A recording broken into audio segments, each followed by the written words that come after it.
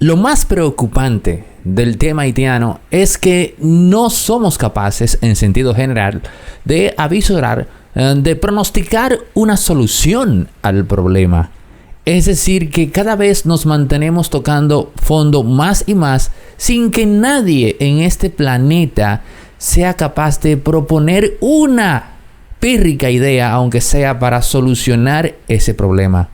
Y eso es lo más preocupante de todo. Que no le quepa a usted la menor duda. Lo más preocupante es no tener la respuesta al problema haitiano. Pero quizás, si ahondamos un poco en la historia detrás del culpable, seamos capaces entonces, una vez establecido esto, de comenzar a por lo menos balbucear una solución a este tema. Así que acompáñeme en este análisis a descubrir quién es el auténtico culpable de la desgracia histórica del pueblo haitiano.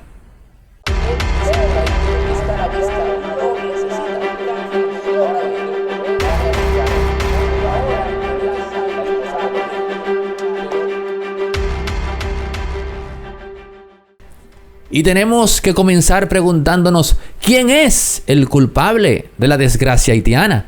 Tal vez, quizás, el Tratado de Ryswick de 1695, mediante el cual España reconoce la presencia francesa en la isla de La Hispaniola, de Santo Domingo, como usted quiera ponerle en este caso.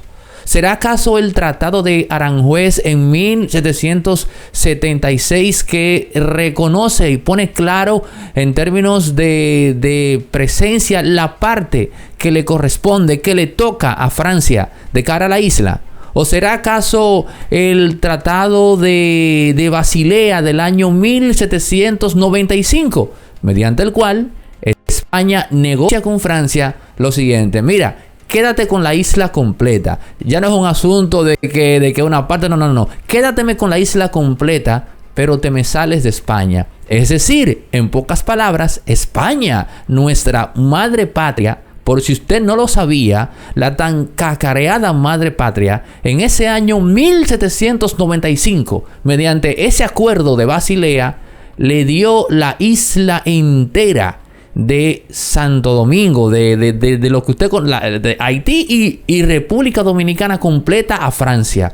Y nosotros somos tan poco, tan poco dado a la autonomía, a la identidad, que en aquel entonces, en vez de aprovechar esa acción de España para reivindicarnos como nación, ¿saben ustedes qué hicimos nosotros? Bueno, pues peleamos contra Francia en nombre de España.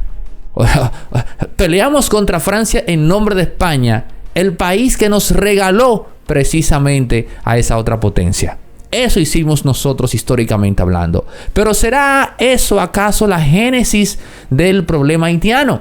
¿O será quizás la incapacidad de sus hombres más notables, desde el mismo Toussaint Louverture hasta Jean-Jacques Dessalines, pasando por Jean-Pierre Boyer, pasando por Henri Christophe, pasando por Alexander Pétion? ¿Será acaso la falta de visión de esos hombres claves en la historia de Haití? Hombres que también tienen, históricamente hablando, sus colas que pisarle. Bueno, como los de aquí también. Todos tenemos una cola que nos pisen. Dígame usted que no, señor moralista. Ahora bien, Toussaint Louverture, por ejemplo, era un calié. Era un calié de los españoles, que después se pasó a los franceses cuando en el año 1793 Francia reconoce la libertad de los negros esclavos de Haití.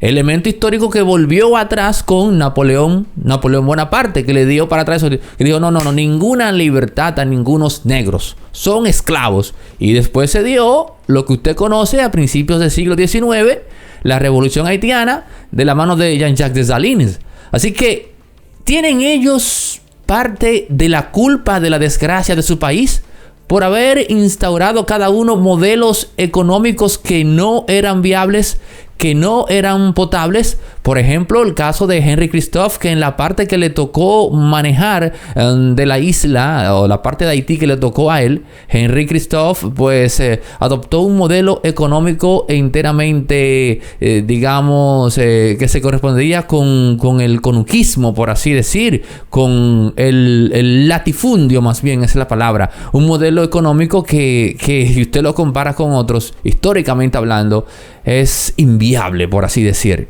Inviable totalmente. Pero eso fue lo que instaló Henry Christophe cuando le tocó dirigir Haití, ¿no? Tras la muerte de Jean-Jacques Dessalines en el año 1807. Él se quedó manejando una parte de la isla y la otra parte le tocó a Alexander Pétion. Pero cuando muere Alexander Pétion y más adelante Henry Christophe, quien queda manejando la totalidad de Haití, lo que hoy se conoce como Haití, es nada más y nada menos que Jean-Pierre Boyer, el mismo que entró el 9 de febrero del año 1822 a suelo dominicano, Santo Domingo.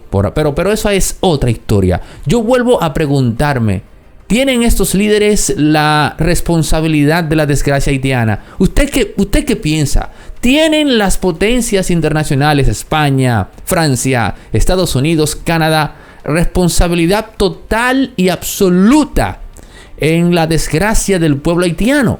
Miren, después de haber agotado este periplo por estas preguntas que son las clásicas en este tema, yo voy a confesar que llegaré a un punto, y llegaré ahora mismo, en el cual creo que no voy a caer para nada bien, no voy a caer para nada simpático, pero de eso se trata esta plataforma, de decir las cosas no apelando a lo políticamente correcto, sino a la verdad.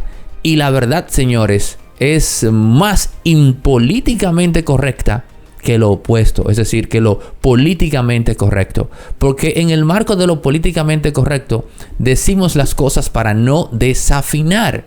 Pero sí hay un punto en el cual la sociedad se ha puesto de acuerdo para mentir, pues entonces la verdad será impolíticamente correcta. Señores, usted tiene el caso histórico de Japón, que le cayeron 2 bombas atómicas el 6 de agosto y el 9 de ese mismo mes en Hiroshima y Nagasaki respectivamente, ¿no?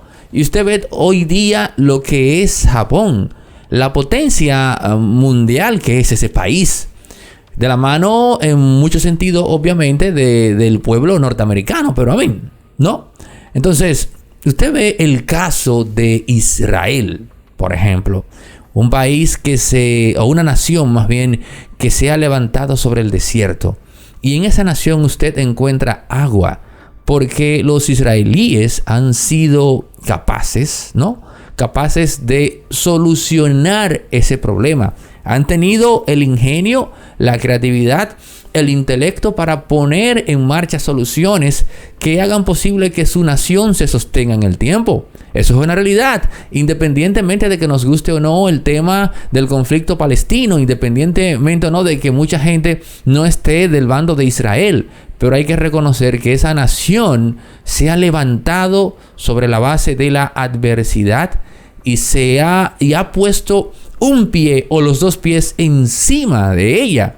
Y así sucesivamente. Usted tiene el caso incluso de Alemania, que hasta el año 1990 tenía una división que históricamente hablando no le permitía avanzar como la gran potencia europea. Pero bastó que cayera el muro de Berlín en el año 1989 para que ese país en menos de 10 años ya estuviese al frente de Europa, por la grandeza de esa nación. Y usted se preguntará, Aneudi Santos, ¿a dónde tú quieres llegar con todos estos ejemplos históricos?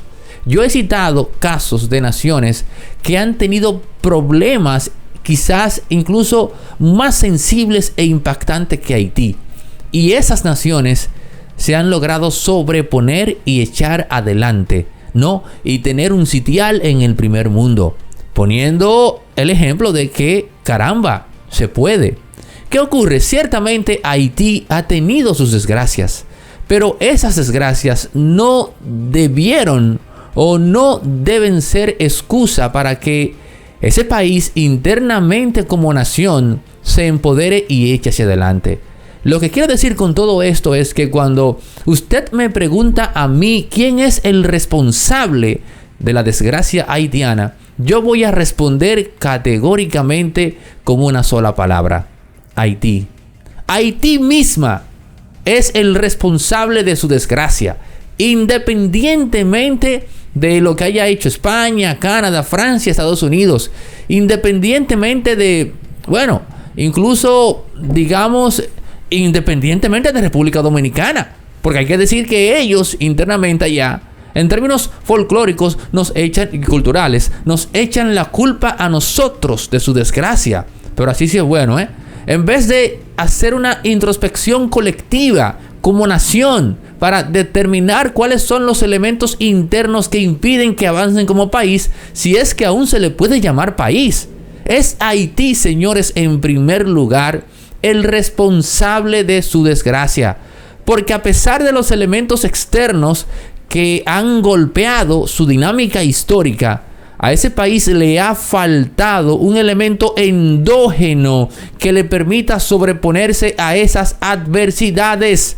El mismo elemento endógeno que sí tuvo Japón para sobreponerse a las 2 bombas atómicas que le cayeron, ¿no? El mismo elemento endógeno de sobreponerse a la adversidad que sí ha tenido Israel y el mismo que ha tenido Alemania, así como incluso Estados Unidos cuando se independizó de nada más y nada menos que el Imperio Inglés. Y hay que decirlo, República Dominicana hasta cierto punto como nación ha contado con ese elemento endógeno para salir adelante, y ese elemento endógeno nos ha permitido sobreponernos a la corrupción de los gobiernos, nos ha permitido sobreponernos a la falta de visión de muchos empresarios. Claro, en nuestro caso, ese elemento endógeno usted no puede compararlo con otros países del primer mundo, porque honestamente hablando nos quedamos cortos. Pero Haití, señores, Haití es el culpable en primera instancia de su desgracia.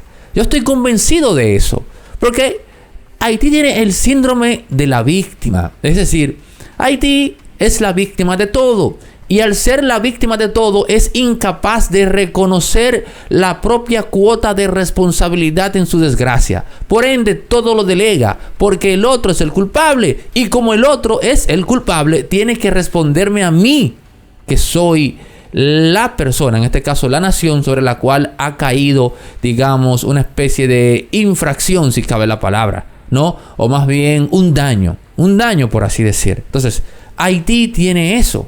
Pero además, señores, en Haití el resentimiento es algo cultural. Y basta que usted, incluso a nivel individual, se examine para darse cuenta que el resentimiento no es bueno, para darse cuenta que el resentimiento no propicia nada potable, nada viable en los individuos. Imagine usted en las naciones. Así que yo tengo eso claro. Y espero que a usted, después de este análisis, le quede claro eso.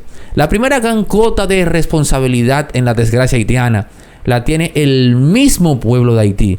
¿Cómo es posible que un país tenga un gobierno que sea incapaz, por poner un caso, de dotar de cédulas, o sea, de documentos de identidad a sus ciudadanos, y tenga que venir un país, otro país más bien, en este caso República Dominicana, a hacer eso a través del Plan Nacional de Regularización, y que al mismo tiempo exista un resentimiento que le impida reconocer eso y que siga entonces vendiendo la idea de que nosotros somos los responsables de la desgracia de aquel país, de su pobreza, de su miseria? No, señores, eso es como el vecino que hay, qué sé yo, el de al lado está progresando, y él creando resentimiento, anidando resentimiento y nunca dando un paso adelante para propiciarse o gerenciarse un avance para sí mismo. Es algo muy básico, pero muy humano. Y al mismo tiempo, en términos lamentables, es algo muy, diría yo, poco creíble. Porque nos cuesta aceptar que la víctima sea la responsable de su desgracia. Pero es así en el caso de Haití. No estamos hablando de una fémina ultrajada o violada que ha quedado desahuciada, incapaz de poder restablecerse ante su agresor. No, estamos hablando de una nación que, aunque fue históricamente ultrajada por otros, ha quedado con los elementos de riqueza natural que le pudieron permitir avanzar, pero no, porque adoptaron un modelo económico totalmente inviable, un modelo económico latifundista que tenía como telos, por así decir, quizás el ego, quizás el heliogabalismo del político de turno. En este caso, Henry Christophe, que fue quien adoptó ese modelo económico en Haití, lamentablemente para ellos.